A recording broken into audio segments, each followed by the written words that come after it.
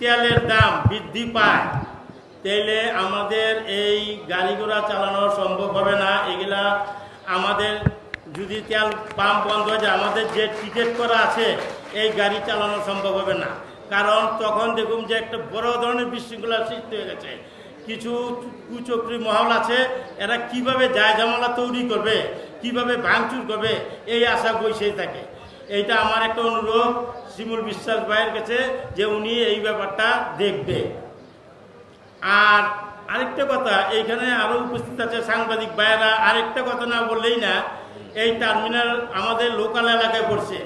কোনো আপদ বিপদ হইলে, কোনো চাঁদাবাজ আসলে আমাদের লোকাল এলাকার লোকজন সম্পূর্ণ বাইরে আসে এই চাঁদাবাজের বিপক্ষে, এবং তাদের জন্য দোয়া করবেন সবাই, জানি তারা এইভাবে আসতে পারে, এইভাবে চাঁদাবাজ রাখতে পারে এবং সবসময় প্রতিবাদ করতে পারে।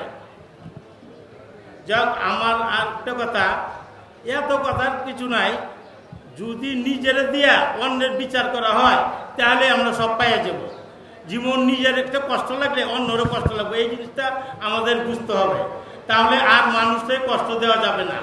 আর আমাদের টার্মিনালে একটা আছে যে কোনো ভাড়া বৃদ্ধি নেওয়া হয় না, এখানে কোনো ভাড়া বৃদ্ধি নেওয়া হয় না, এখানে যে ভাড়া আছে সেই ভাড়াই নেওয়া হয় সময়তে।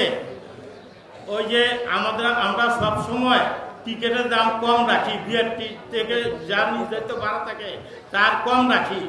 যখন আমরা ঈদের সময় ভাড়াটা নিতে যাই তখন একটা জায়জামালা সৃষ্টি হয়। এই জন্য পুলিশ প্রশাসনের দৃষ্টি আকর্ষণ করছি এই ব্যাপারটা যেন ওনারা দেখে। এগুলো আমার বক্তব্য শেষ করছি।